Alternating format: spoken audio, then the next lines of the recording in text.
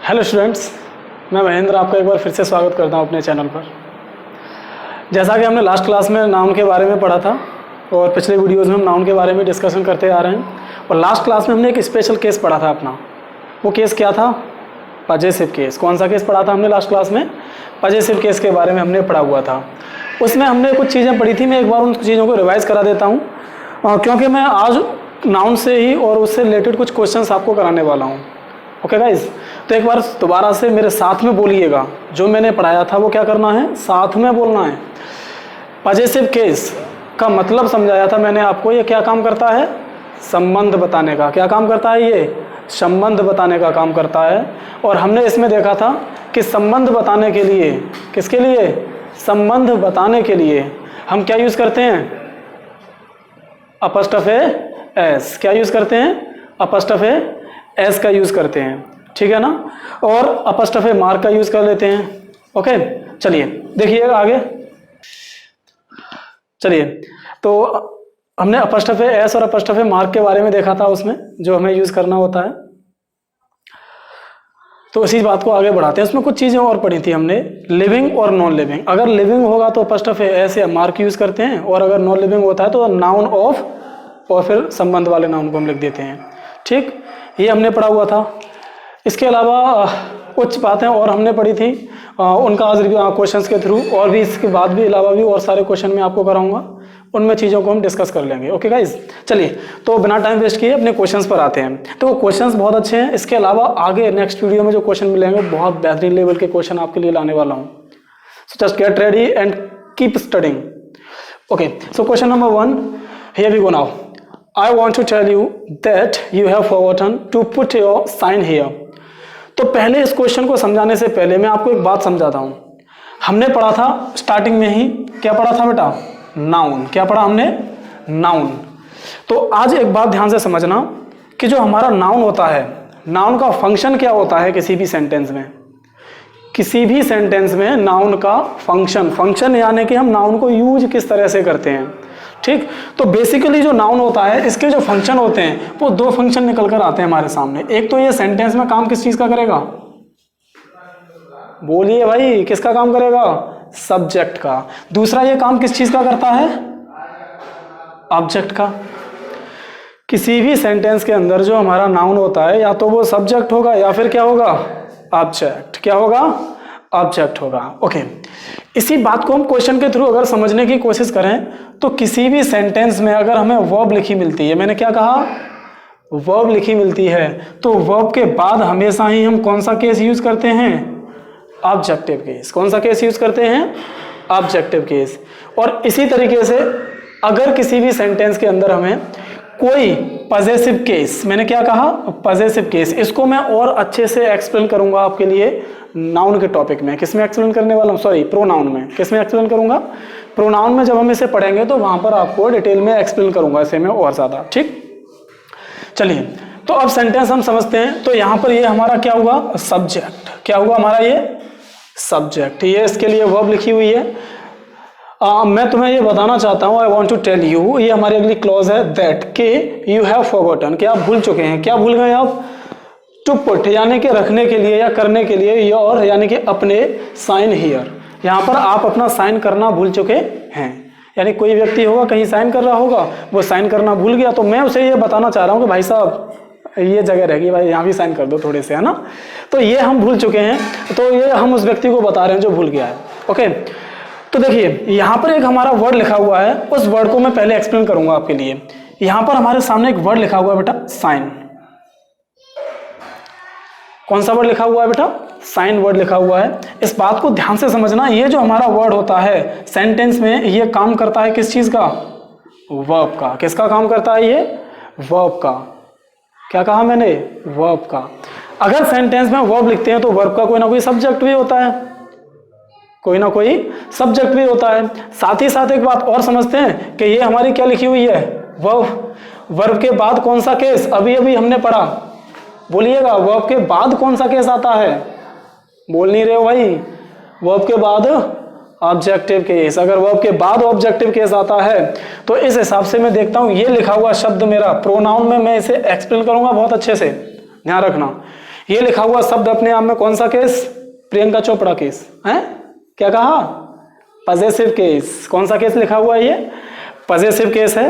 और possessive case के बाद भी हम कौन सा केस यूज करते हैं? हमेशा ही ऑब्जेक्टिव केस यूज करते हैं। अगर ऑब्जेक्टिव केस यूज करते हैं तो ऑब्जेक्ट का काम क्या करता है? या तो नाउन या प्रोनाउन। या तो नाउन करता है ऑब्जेक्ट का काम, या क्या करता है? प्रोनाउन करता है। तो मुझे ये जो शब्द लिखा हुआ है, इस शब्द के बाद यानी पजेसिव केस के बाद मुझे यहाँ क्या चाहिए? नाउन। क्या कहा मैंने? मुझे यहाँ क्या चाहिए? नाउन। क्या ये लिखा हुआ शब्द नाउन है? बिल्कुल नहीं। हमने अभी भी देखा ये शब्द अपने आप में क्या है? वर्ब। तो यही सेंटेंस के अंदर बेटा एरर है। देखो ये एग्जाम में क्वेश्चन आएगा तो ऐसे पार्ट बनाकर आएगा, A part, B part, C part और डी पार्ट ऐसे बना देते हैं। ठीक है बेटा। तो यहाँ पर ये जो सेंटेंस में साइन लिखा हुआ है, साइन को हमें चेंज करके इसे नाउन बनाना पड़ेगा। साइन का जो हमारा नाउन होता है, इस वर्ड में हम करेंगे सिग्नेचर। हमें साइन के प्लेस पे क्या करना पड़ेगा? सिग्नेचर। Got it?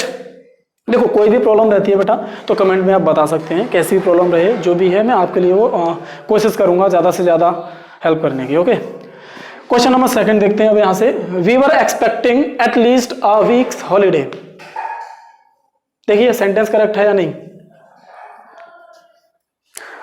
हाँ, कुछ बच्चे कह रहे हैं कि सर हमने कल पढ़ा था कि अपॉस्ट्रोफे एस का यूज हम करते हैं तब जब सेंटेंस में लिखा हुआ शब्द जिसका संबंध बता रहे हैं वो लिविंग हो, और अगर वो नॉन लिविंग हो तो हम अपॉस्ट्रोफे एस का यूज नहीं करते। फिर साथ ही साथ मैंने कुछ बातें और समझाई थी कि अगर वो अपने आप में पर्सोनिफाइड, ध्यान है ना, पर्सोनिफाइड कर दिया जाए किसी भी नॉन लिविंग ऑब्जेक्ट को तो फिर उसके साथ अपॉस्ट्रोफे एस आ सकता है।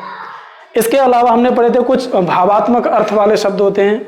साथ ही साथ एक बात और ध्यान रखेंगे, कभी भी सेंटेंस में, मैं इस बात को यहाँ लिख देता हूँ, इसे एक बार इरेज कर देता हूँ, आप इसको आराम से लिख लीजिएगा। ओके बेटा, चलिए मैं देखो एक बात समझाता हूँ यहाँ से आगे आपको। कभी भी सेंटेंस में कोई भी प्लेस हो या टाइम बताने वाले शब्द हों तो प्लेस या टाइम बताने वाले शब्दों के लिए हम अपॉस्ट्रोफे एस या अपॉस्ट्रोफे मार्क का यूज कर सकते हैं। जैसे मैंने एग्जांपल दिया था, इंडियाज पॉपुलेशन, याद है ना, दिल्लीज पॉपुलेशन, याद है। ऐसे ही हम ऐसे कर सकते हैं। तो ये देखो ये जो लिखा हुआ है ये हॉलीडे कितने का है? 1 हफ्ते का। ये अपने आप में क्या हुआ बेटा? टाइम। क्या हुआ बेटा? ये अपने आप में टाइम हुआ।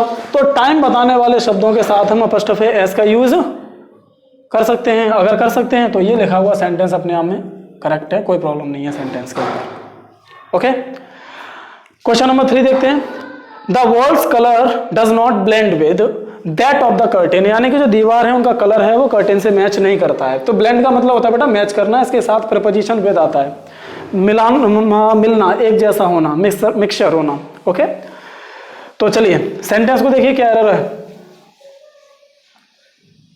कुछ बच्चे बता रहे हैं, ऐसा में कोशिश कीजिए, बोलिए, बताइए क्या है, क्या प्रॉब्लम है सेंटेंस में। बिल्कुल सही समझे आपने कि लिखा हुआ सेंटेंस में शब्द जिसके साथ मैंने अपॉस्ट्रोफे एस लगाया है वो अपने आप में कैसा है? Non living. कैसा है? Non living. तो इसके साथ हम अपॉस्ट्रोफे एस यूज नहीं करेंगे, हमें कहना होगा the colour of the wall. The colour of the wall correct structure होगा हमारा। ओके बेटा, क्वेश्चन नंबर 4 देखिए, याद है ये क्या होगा?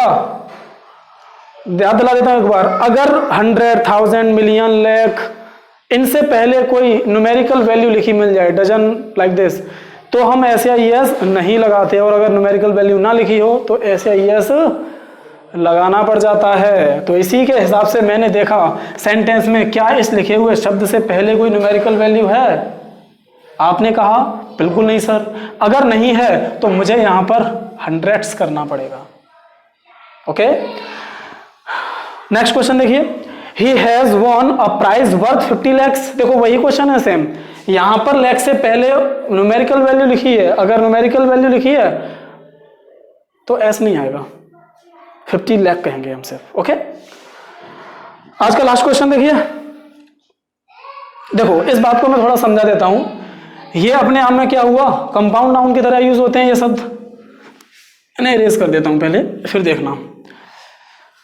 अगर जैसे ही हमारा शब्द लिखा हुआ है फादर इन लॉ, अब मुझे इसका प्लूरल बनाना है, ये जो शब्द है मुझे इसका प्लूरल बनाना है अगर, तो इस शब्द का प्लूरल जो हमारे सामने बनकर आएगा वो ये बनकर आएगा फादर्स इन लॉ। ओके, लेकिन अगर मैं इसका प्लूरल ना बनाकर मैं इसमें अपस्ट्रफे एस लगाने की कोशिश करूं तो अपस्ट्रफे एस हमेशा ही बाद वाले पार्ट में लगाया जाता है, ध्यान रखेंगे इस बात को।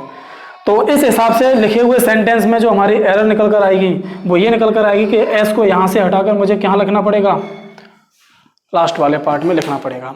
ओके बेटा, चलिए ये थोड़े से क्वेश्चन थे हमारे सामने, 6 क्वेश्चन थे आज, और मैं कुछ क्वेश्चन और कराऊंगा अगली वीडियो में, वो इससे ही रिलेटेड होंगे, अच्छे क्वेश्चन होंगे, लेकिन ध्यान रखना बहुत अच्छे लेवल के क्वेश्चन आएंगे नेक्स्ट वीडियो में आपके सामने।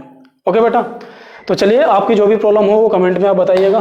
मिलते हैं नेक्स्ट वीडियो में कुछ अच्छे बेहतरीन कंसेप्ट के साथ में। पढ़ते रहिए, आप कमेंट कीजिए, जो भी प्रॉब्लम रहती है आपके लिए मैं आपका महेंद्र हमेशा हाजिर हूँ आपकी सेवा में।